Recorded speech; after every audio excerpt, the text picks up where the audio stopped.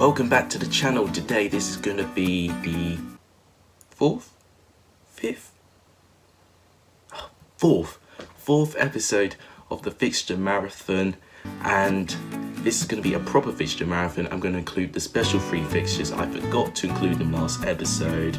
Stuff really went down after I uploaded that video. It was results day, etc. So I won't go there, but I'm going to include them in this episode because it wouldn't be a proper fixture marathon episode without them. So 15 predictions, 12 from the championship, 3 from elsewhere. Let's get into this. Also, before the start of the video, if you do enjoy this series, the fixture marathon, please do make sure to give the video a like and to subscribe, and this video a share. All of that is massively appreciated. So let's just get into this. So we start off with the 12:30 kickoff with Darby versus West Bromwich Albion, and I thought Darby looked quite poor against Bristol City. I mean, they didn't look awful, that's a bit harsh for me to say. They had glimpses of good possession and good link-up play, but Bristol City overall really broke the way Philip Cocu wanted Darby to play, and Darby almost had to adapt differently. Bristol City took 2 pretty quick goals, and it wasn't until Cocu introduced Jack Marriott into the game where Darby had a little bit more energy about them. Jack Marriott scored the only goal for Darby. It was a really nice goal from him, but their poor home form continues through this season. With West Brom, they're still unbeaten in the league. I'd say they were a little bit lucky they got a point against Reading. I mean, the game itself wasn't the best game to watch. Neither team had like really big chances.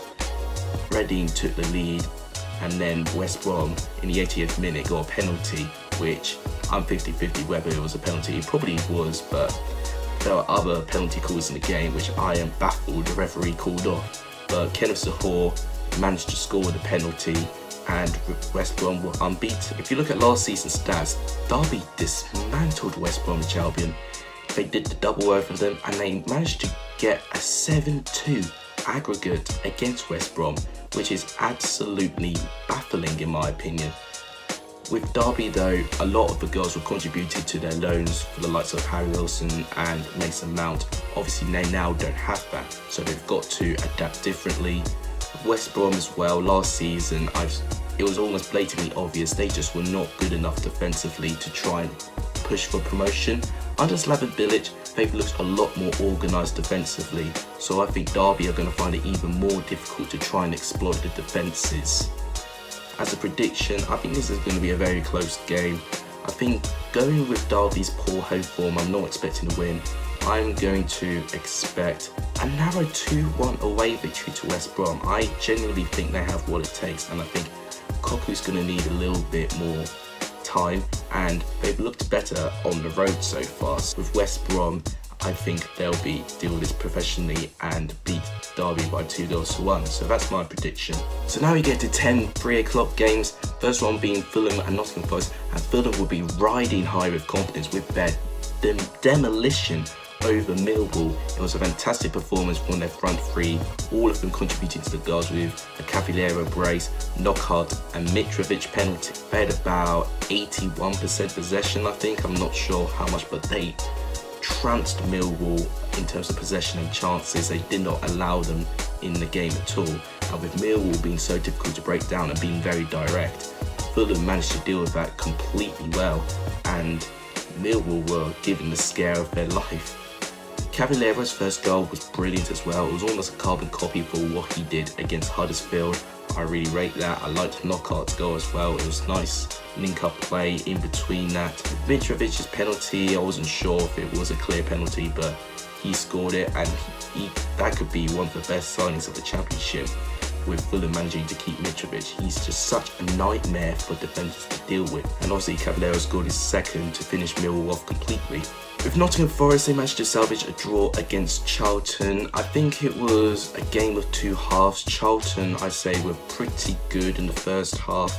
Lyle Taylor managing to get Charlton ahead, and then in the second half, Charlton again, I think, continued to probe, but then Nottingham Forest had a really good spell in midway through the second half, and I think eventually they were really rewarded for their efforts. And Albert Adoma, who managed to get from Aston Villa, managed to score their only goal. I think this game's going to be a little bit close. 2 seasons ago, obviously when Fulham were in the Championship, they dismantled Nottingham Forest with 5-1 aggregate and 2-0 home victory, and I can see a very similar pattern emerging, although I think Nottingham Forest do have a little bit about them attacking wise. So I'm going to predict a narrow 2-1 home victory to Fulham. I think they'll continue with their luck. They'll be riding of confidence. I think their front three have clicked very, very well now. It's just whether that they can continue with the same firepower in a matter of 2 days rest. So I'm going to say a 2-1 home victory to Fulham. So a very interesting game is Huddersfield versus Reading, and with Huddersfield they managed to put up a little bit of a fight against Cardiff, which really surprised me. Trevor Chalobah managed to score for them, and he by a country mile was their best player. He added energy to Huddersfield, he added a threat going forward and offered a lot of clinical ability, which are all the elements that Huddersfield have been missing at the moment. I've been saying that they've looked really toothless going forward, but Trevor Chalobah really tried to make a difference. Unfortunately for them, they did lose the game. Cardiff, ultimately not convincing, but they did manage to get the job done. With Reading, they almost got the job done against West Bromwich Albion, and away from home, that's quite an achievement. They've actually not won away from home for over 33 games now, which is a really poor record. But Ejara managed to put Reading ahead. He had a fantastic game along with George Puskas in the Cardiff win, and he scored obviously on loan from Liverpool. But unfortunately for them, Ejara did concede the penalty as well, and ultimately they're going to have to deal with a point. If you look into this game, there are not many goals scored in this game. In fact, the last time they played each other was Huddersfield 0, Reading 0, and if Reading cannot get through a stubborn defence, they can ultimately struggle to make an impact onto the game. I have a feeling that it's going to be a 0-0 draw. I can honestly see this going to a stalemate. I think both teams will cancel each other out, and the defences will prove to be too compact, and Huddersfield, slowly but surely, but it will make steady progress. So I'm going to say a 0-0 draw in this game, and I hope, because nobody likes a 0-0. So now we have Hull City versus Bristol City. Both teams with contrasting results in midweek. Hull City lost their first game of the season against Blackburn. It was a game that I felt like they should have got a point from, because I know they have a poor record against Blackburn, but at times Hull looked really good going forward. Krzyzewski was instrumental to that. Every time he drove forward with pace, Hull looked like that they'd come back to life. I think Krzyzewski hit the post twice, I think, and also Jarrod Bowen had the chance to make his mark on the game with a penalty, but Christian Walton managed to save well for the Blackburn goal. And the goal they conceded, it was a bit unfortunate. I mean, it was pretty poor defending in the end from a set piece. With Bristol City, they had a terrific away performance against Derby, and if they could do the same against a really informed Hull City side, and I'd say Bristol City could be a team to really watch out for this season. They've got a lot of power going forward and a lot of options as well. You've got Vyman, you can have Sammy Smodic, you can have Jeju as well. And they've got a lot of options, and I think Daniel Bentley in goal has been really, really good as well. A very positive addition from Brentford. In their previous 2 encounters, this game has been a really close game. Last time it was a 1-1 draw, and I could see a similar pattern emerging. I think it's going to be a draw, and I think it's going to be a very entertaining game. A 2-2 draw, because both teams have a lot of firepower going forward, and I think both defences will be really, really tested, and I think they'll cancel each other out, and it'll be a 2-2 draw and a highly entertaining game. So Hull City 2, Bristol City 2. So now we get to Middlesbrough versus Millwall, and Middlesbrough have got their first win of the season, and it came with a 1-0 home victory against Wigan. It wasn't a pretty win. Britt Assombalonga managed to score the only goal from them in the end. It was a pretty simple goal, and they did not look all that convincing in the 90 minutes. At times, Wigan really posed a big threat on them, especially from set pieces. But Middlesbrough overall held out and held firm and managed to keep the win and a clean sheet, more importantly. And hopefully they can use this momentum in going forward, and they can properly kickstart their season. With Millwall 5, they've lost their first game of the season, and I didn't anticipate it for them to lose it in the fashion that they did. They ultimately crumbled and could not deal with the front three of Fulham. I feel like Millwall are going to cope with Middlesbrough quite a lot better because, in my opinion, in terms of attack, I don't think Middlesbrough pose much of a threat if you compare them to Fulham. Also, Matt Smith didn't start in the game, which I think was a little bit of a controversial move from Neil Harris. I feel like with the form he's in and being the target man for set pieces, you've got to start him in most games, especially if you want to nick an early goal and put the opposition team in under pressure. So I have a feeling Neil Harris will start him in this game. What the score would be, I think it's going to be really close, but I think Middlesbrough are going to make it 2 wins out of 2. I think it will be Middlesbrough 2, Millwall 1. I think it will be a very, very close game. I think Millwall may even go ahead in this game from a set piece or a penalty, but I think in the end Middlesbrough will fight for it. Hopefully this will be a new mentality under Jonathan Woodgate. The fans will start getting behind him because at times against Wigan, Middlesbrough looked really, really good. So I'm going to say a 2-1 home victory, which should kickstart Middlesbrough's season. So now we're talking about Preston North End versus Sheffield Wednesday. Both of these teams managed to win their midweek game.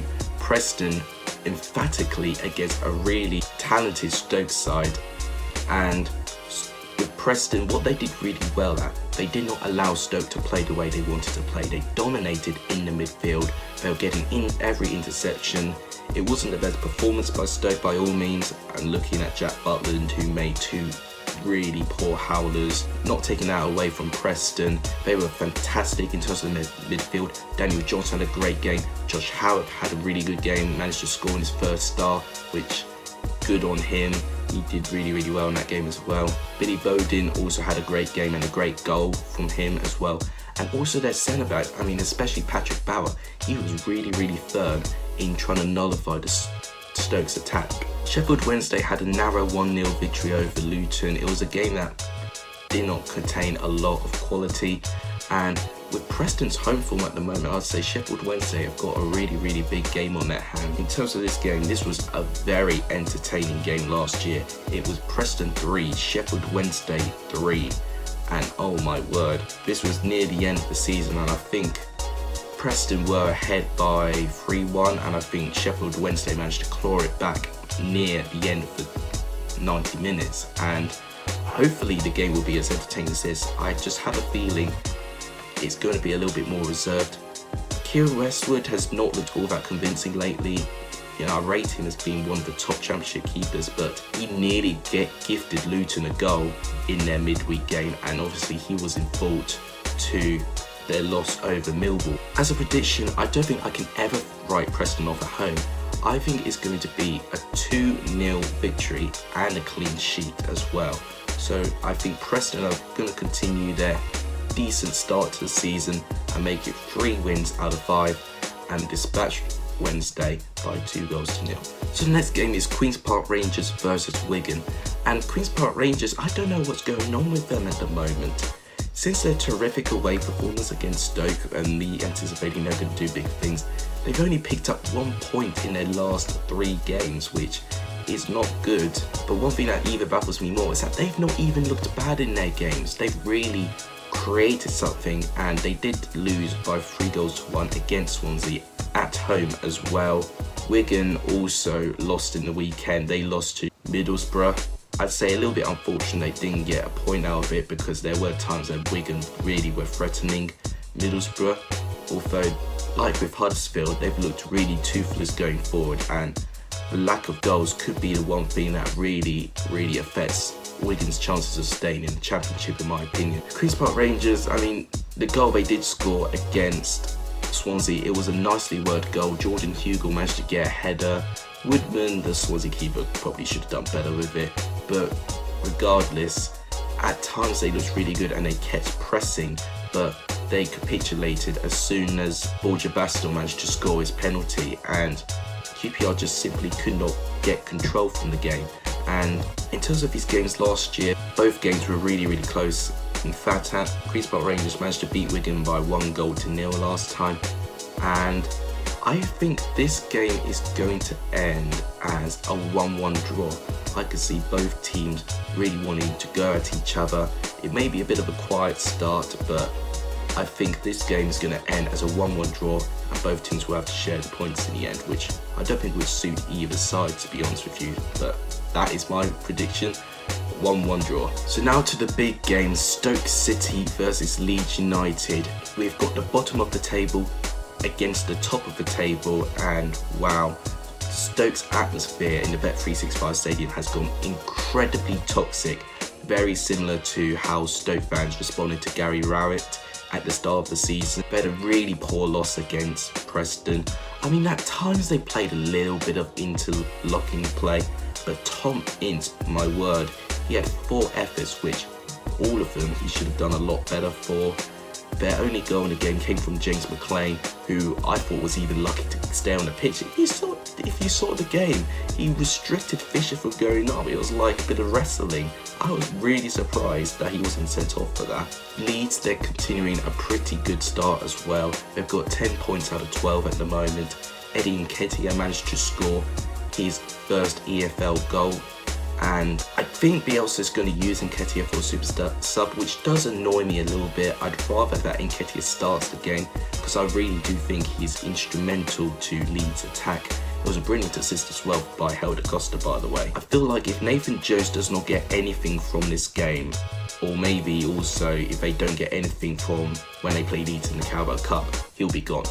I am almost anticipating that this is the game that's going to save his job, and if they get, I think, even a draw, I think Jones will be out the door, and it'll be a bit unfair, like if they're playing against the best team of the league at the moment, but they are at home as well, so they've got to try and impress their home fans. I'm just not sure that the Stoke players are playing as a team or playing as individuals, and I don't think they can get used to Nathan Jones' diamond that he made in his own with Luton Town. Although I do feel that Stoke are better against teams that play a lot of possession, and that is Marcelo Bielsa's kind of football, possession football. Stoke managed to get a 2-1 victory against Leeds in the Bet365 stadium.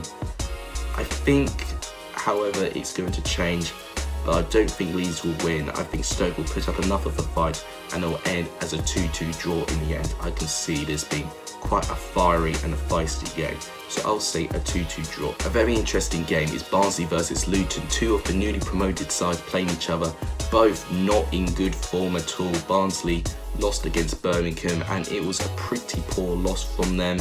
I mean, in the first 60 or so minutes, there was a real lack of quality for both sides, but until Birmingham managed to go ahead, Barnsley really did struggle to try and string any passes forward. They were getting intercepted, and in the end, they got caught out defensively. With Luton Town, it was a bit of a tough pill for them to swallow, with a loss against Sheffield Wednesday, because Sheffield Wednesday weren't all that brilliant either, but Luton were just not clinical with their chances at all, which are very unlike Luton, because you'd associate them scoring goals for fun. But I feel like I've only really seen them being really clinical and their former self when they're at home in Kenilworth Road.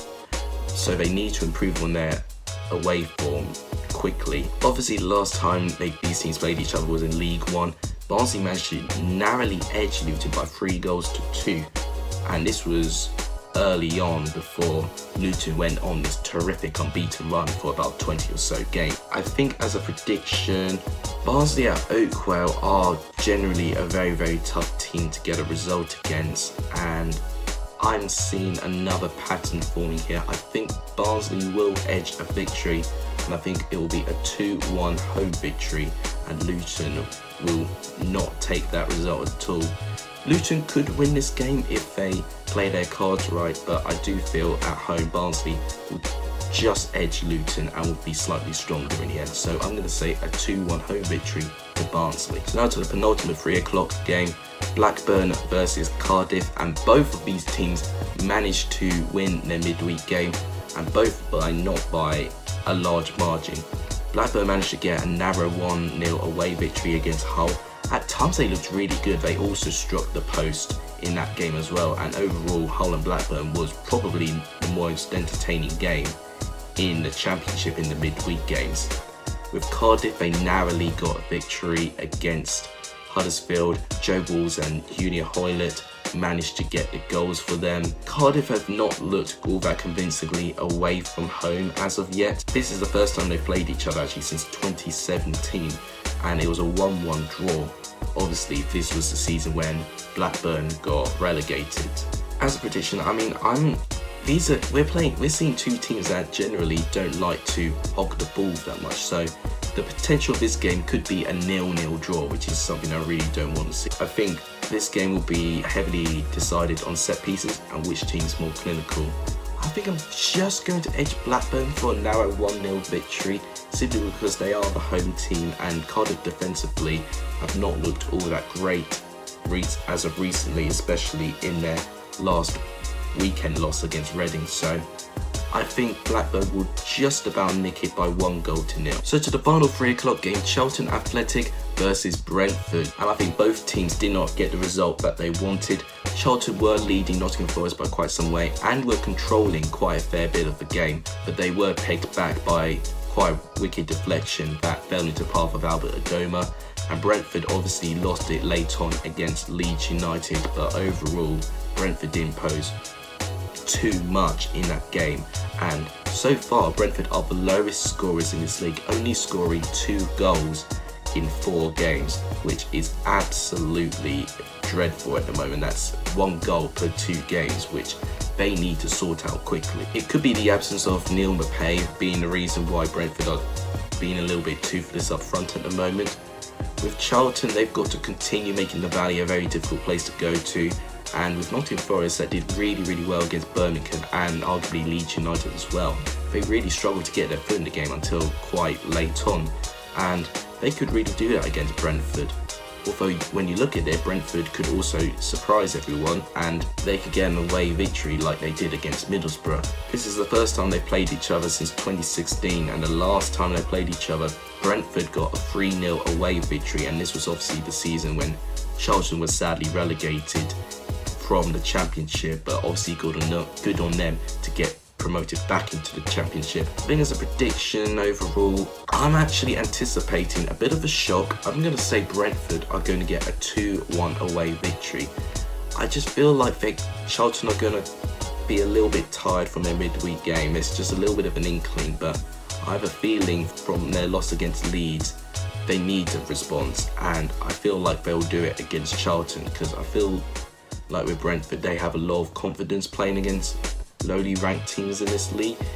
It would be a bit harsh of me to say Charlton are a lowly ranked team. They're unbeaten in this league at the moment, but I just have a feeling Brentford are going to end that and they'll have a good performance behind them. So I'm going to say a 2-1 away victory to Brentford. So to the final game, it is Swansea versus Birmingham. I'd say we're playing with the team with one of the best home forms against the team with one of the worst away forms. So this could be a real firecracker of a game.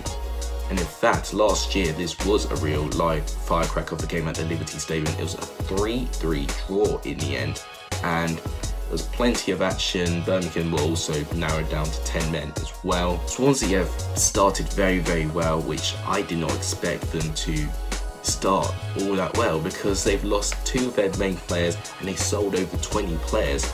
And I feel like the introduction of Andre Ayew versus Selena have really changed the fortune for the Swansea team. Borja Baston has also been hitting the goals as well.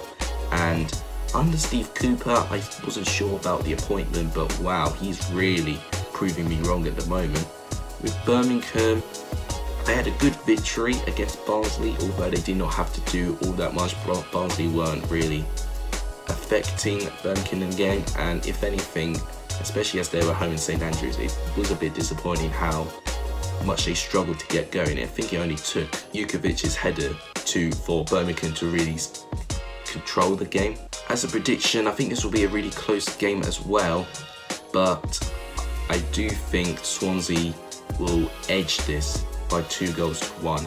I think it's not going to be as easy or as obvious as people may think, because Birmingham could pose a threat and be very compact, but I think overall Swansea will have too much quality for Birmingham and will narrowly edge a 2-1 home victory. So So obviously that's the 12 championship predictions. With it being the fixture marathon, we've got to pick 3 more predictions in there. So I've chosen 3 key games that I'm going to keep my eye on, all 3 in different leagues. So let's get into this. So the first game, Parma versus Juventus. I'm very excited to see Juventus this season. They've added a lot of quality in the likes of Aaron Ramsey in their midfield and Matthias de Ligt in their centre-back option as well. I'll be also interested to see how they cope with Parma. Parma were all the way down in Serie B a couple of seasons ago, but they have managed to grow and rise above the divisions and managed to get back where they should be, which is the highest tier of Italian football. I'll be also interested to see how Maurizio Sarri copes with Juventus, although Sarri may not even be at the game at all. I've been hearing he's been having pneumonia, which I do feel sorry for. My prayers go out to him and hopefully he'll recover quickly. It would also be Cristiano Ronaldo's 2nd season with Juventus, so it'll be intriguing to see how he does this season, whether he's going to improve on his figures. And in the end, he didn't get top goal scorer. I think it was Quagliarella, I think that's how you say his name, from Sampdoria. As a prediction, I think this is going to be quite a close game actually, but I feel like Parma are going to start well with 1 goal. I think eventually Juventus will grow into the game, and even with Maurizio Sarri may potentially not being there, I think they will deal with Parma, win by 3-1. So I think Juventus are going to beat Parma 1-3. So the next game I'm going to talk about is in the Bundesliga, and it's Schalke versus Bayern Munich. Both teams have started with a draw, and I feel like this will be a really closely contested game. With Schalke, they're now under the management of David Wagner, who has departed from Huddersfield Town. He managed to salvage a draw against Borussia Mönchengladbach, who are not an easy side to play. Just seen them from Chelsea's pre-season. Borussia Mönchengladbach are not an easy team to play against. With Bayern Munich, they failed to beat Hertha Berlin, which did surprise me a little bit, but I feel like they're gonna feel like a new team coping with likes with no Ribery and no Arjen Robben. Even though they may not have been playing as much last season, they are leaders, so Bayern Munich are going to have to cope with that. Although I'll be very interested if Philippe Coutinho, their new loan signing, plays in this game. He may not, but you never know. He might play, he might be subbed on, because he is a professional player, and even though he may not have all the training with Bayern Munich, he's got enough quality just to fit into the squad naturally. As a prediction, this is an interesting one, but I feel like Bayern Munich will just about edge a 2-1 away victory. With Schalke, they finished really low last year, and I think it was ultimately due to their poor defensive record. With Bayern Munich, I think they'll know losing points against Hertha Berlin, they cannot allow that, especially with Dortmund having such a brilliant start as well. So they're going to want to make sure they keep their eyes on them. So I think they'll recover well and beat Schalke by 2-1. And the final game I'm going to talk about in this fixture marathon, it is Celtic versus Hearts. Now history should tell us this should be a really entertaining game. Celtic doing pretty well for themselves in this league, no surprise. Although they have been knocked out of the Champions League, which does suffer a blow for them. With Hearts, I think they've also had an okay start as well. Not the best start they've had, but a reasonable start, and Hearts do tend to pose a threat. Hearts last season, they had a really good start. They were climbing a really good lead. However, they had a really poor second half of the Scottish Premiership, and ultimately they finished down at 5th or 6th, where they should not have finished with how well they started. I think as a prediction, I'm anticipating plenty of goals in this game. I think it's going to be a 3-2 home victory to Celtic. I do have a feeling they are going to be okay. I think Celtic are going to play Europa League qualifying, I do believe. I don't know who they're playing against, I've not looked that up, but I think Celtic will be fine for this game. So I believe Celtic will win by 3-2 and ultimately an entertaining game. But there you have it, these are my predictions for episode 4 of the Fixture Marathon. Do you agree with me or disagree with me? Let me know in the comments down below. But that will wrap it up. Thank you guys so much for watching. You guys are legendary if you saw the end of the video. And as always, you know what's coming. Take care.